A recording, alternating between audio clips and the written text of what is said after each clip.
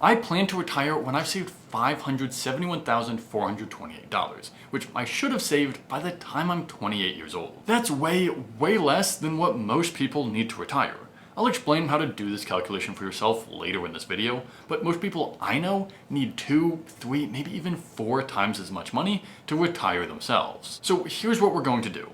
First, I'm going to explain how to calculate how much money you need to save before retiring early, and why I only need to save $571,428. Second, I'll explain how I'm saving and investing to build a $500,000 nest egg in my 20s. And third, I'll explain what I'm actually going to do once I've saved enough money to retire, and how I'm accounting for the risks of healthcare, market crashes, and an extremely long retirement. And please just watch to the end of this video, because if you do, you'll understand how to quit your job decades faster than most people without having to live a cheap and miserable life. But we've got to get started with how to calculate how much money you need to save before you can retire early. Because if you don't understand this, then nothing else is going to make sense. And the most important thing to realize is that how much money you need to have saved before you can retire depends on how much money you spend every year. And this should make intuitive sense. Somebody who spends $20,000 per year probably needs a whole lot less than somebody who spends $200,000 per year.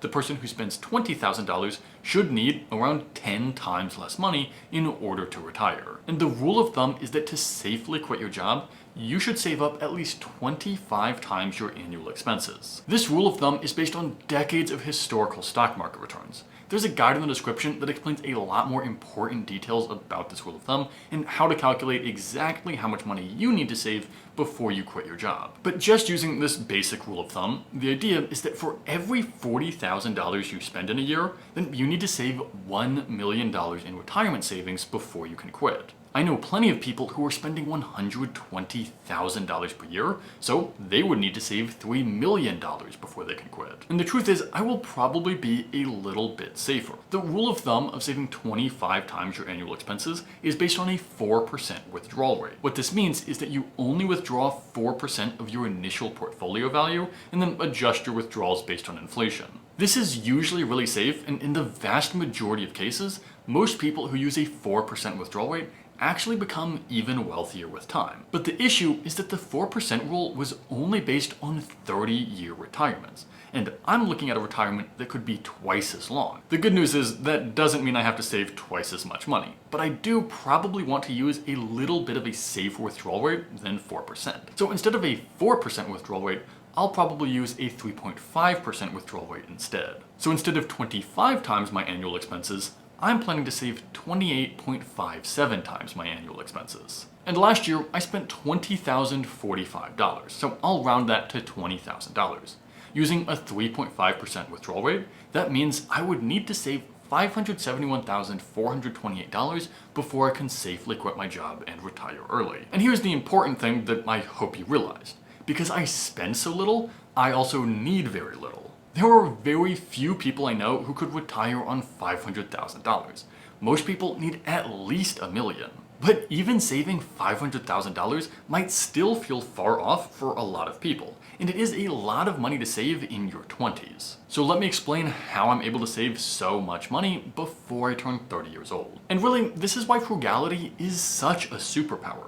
Not only do I need millions less dollars to retire than most people, but it also means I'm saving a huge percentage of my income. Where I live, the cost of living is about 50% higher than the national average. And considering the average single person in America spends $55,689, the average person where I live must be spending $83,422. And that's probably why the recommended annual income for where I live is over $90,000 for a single person. And remember, this is just single people. This isn't even families. If you spent $83,422 per year, then you would want about $2.1 million to retire. But again, I only spent $20,045. So not only do I need about $1.5 million less dollars to quit my job, it also means I'm saving an extra $60,000 per year. Now, I'm able to do that because I'm literally the most extremely frugal person that I've personally ever met. I live with roommates, I don't own a car, and I hardly ever eat out. But the reason I'm able to do that is because I've trained my brain over time to enjoy living frugally. This is my real superpower. Not only do I save a ton of money, I never feel deprived or anything like that. But even though I'm extremely frugal, it goes without saying that to save such a high percentage of my income, I do also earn a good income. To retire as extremely fast as I'm planning to, then yes, you really do need to earn a good amount of money. I earn just about $115,000 per year, and hopefully even more by the time this video releases. And that's not including any YouTube income, because I don't earn that much. But if you want to help out there, maybe smash the like and subscribe button. But in addition to that $115,000, I also earn a really good company match on my 401k retirement contributions. And plus, by maxing out my contributions, I reduce my tax bill by thousands of dollars per year. So in practice, I earn almost exactly $100,000 even after tax. And I think that's pretty great. But in my area, almost everybody earns a lot of money. In this area, earning an income of $115,000 is probably like earning $70,000 or $80,000 in an average city. That's still great, but it's not as extreme as it sounds. I looked it up and the average income where I work was $110,000 back in 2022. So I'm really only about average when it comes to income. Where I'm really extreme is when it comes to spending. And again, it's worth pointing out that most people do not need to retire by 28 years old. That's definitely on the extreme end. But 98% of people are still working past age 50. You wouldn't have to be even close to as frugal as I am in order to retire before turning 50 years old. And even retiring by 50 is still retiring early. Either way, the real point is there's no magic to my plan. I just earn a good income and I spend as little money as possible. And when you put that together, I'm saving just over $80,000 per year. Hopefully, I'll save even more as I keep advancing in my career. And I haven't even talked about stock market returns, which have been pretty good by the time I'm making this video. So when I turned 25 years old, which was just 3 years into my career, I had already saved $250,000. That's almost halfway to my financial freedom number. And assuming a 7% return on investment from now into the future, then I should have saved $571,428 that I need to retire at some time when I'm 28 years old. This does depend on the stock market, but even that might not matter if more people would share these videos with people they care about. But look, I get a lot of questions about what I plan to do after I've saved enough money to retire. Things like how to deal with healthcare costs, if I ever want to start a family, and if I plan to be this frugal for the rest of my life. And these are great questions. So let me walk you through my personal plan for retirement. The first thing I want to say is that I'm still considering a lot of options. I'm not entirely sure exactly what I'll do, but I'll walk you through what I'm thinking. For one, no matter what, I've been interested in entrepreneurship for a very long time. I'm just not sure what form it will take once I'm financially free. One option is to just keep making these YouTube videos and publishing my Fire Friday newsletter and just going all in on this. This is probably the easiest option since I'm already working so much on it, and I find it really rewarding to help other people reach financial freedom or at least whatever their financial goals are. But I've also been really interested in working for startups for a very long time. And once I don't need a consistent paycheck to afford my lifestyle, then maybe I'll take that risk and just go work for a really small startup where I don't need to worry about consistent pay. This would still be a lot of work and a full-time job, so it really depends on how busy I want to be. And the other thing I've considered for a really long time is working at a startup accelerator. So instead of working for an individual startup, I'd go work for a company that helps other startups get started and get off the ground. I probably know the least about this option, but it's been interesting to me for a really long time, so we'll see what the options are. But either way, this is one of the reasons that I'm not that concerned about a stock market crash when I'm in retirement. At the end of the day, I just get way too bored to actually do nothing, so I'm almost certain that I will have some income coming in even after I quit my job, even if it's just ad revenue from these YouTube videos. This should give me a pretty safe buffer even if the stock market is very volatile. After all, I don't need that much money to cover all of my expenses anyways. And the 4% rule of thumb, which I talked about earlier for calculating how much money you need to retire, does already take into account stock market crashes. The average return of the stock market is actually much higher than 4%. So 4% is a much safer target that accounts for the volatility of the market. Again, there's way more details in the guide in the description. But even so, if I do truly plan on having no income, then I will use a safer withdrawal rate, like a 3.5% withdrawal rate like I've been talking about in this video.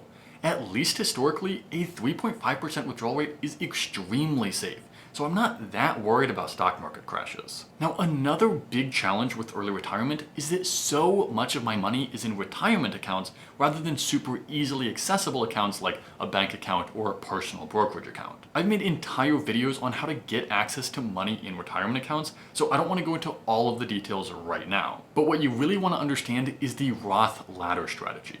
The Roth ladder strategy basically takes advantage of a Roth individual retirement account, or Roth IRA. What's great about these accounts is that you can withdraw your contributions to a Roth IRA at any point in time. The reason you can do that is you have to pay taxes on your contributions before you can contribute to a Roth IRA. So the government has no issue with you getting early access to those contributions. But what you can do is you can roll over money from any other retirement account, even a pre-tax 401k, and you can move that money into a Roth IRA. You will have to pay taxes on the conversion, but there's a smart way to do this so you don't have to pay too much tax. And then after making that conversion and waiting a few years, you can start withdrawing that money from your Roth IRA so that you have access to that money in your retirement. Again, you can Google this or watch the videos I've made on this to understand the strategy in a little more detail. It's super powerful, but that's why I'm not worried about having access to my money. But no matter what, there's a good chance I'll be able to keep spending the same amount of money in retirement while still living a much more comfortable lifestyle. And that is by moving. I live in a super expensive area right now, so no matter what, some of my costs should go down when I reach financial freedom and almost certainly move out of this area. The savings I get from this will really depend on where I move, but my hope is that these savings will hopefully at least offset the costs of increased healthcare. Healthcare is an expense that I expect to go up. Right now, my company pays 80% of my health expenses, but this will obviously increase when I have to cover the entire value. So just moving to a cheaper city in the US will probably be enough to keep my expenses the same while still living a comfortable lifestyle.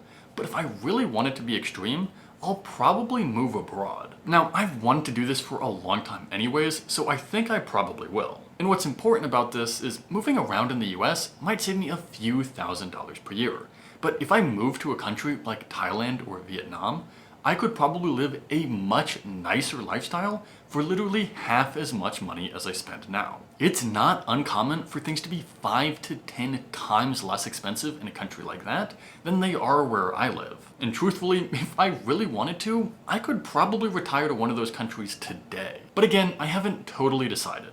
I'll run the numbers again when I'm getting closer to a decision, but right now, there are still some things up in the air. Another really common question I get is, do you really want to live this frugally forever? The answer is probably not. I don't really mind being frugal, I actually kind of enjoy it, but the truth is I am still making some trade-offs in order to be financially free even faster. I would never spend that much money, but I would spend more money than I am right now. And other things may also increase my expenses. I've never personally wanted kids so far, but I do expect to marry at some point, and who knows if I'll ever find somebody as frugal as I am. Now again, I'm not that worried about this. For one, I'll probably keep earning money, at least in some form, that will at least partially offset my expenses. And second, with a 3.5% withdrawal rate in retirement, I'll probably become even wealthier in retirement, at least if the stock market continues to perform the way it has for the last 100 years. But here's the thing. I don't really make these videos just to talk about myself. The real point is that early retirement is not nearly as far out of reach as so many people think. And this realization literally changed my life, so it's only fair I pass it on to as many people as I can. So if you found this video insightful at all, it would mean the world to me if you would share this video with someone who you think might learn something from it. And one last thing.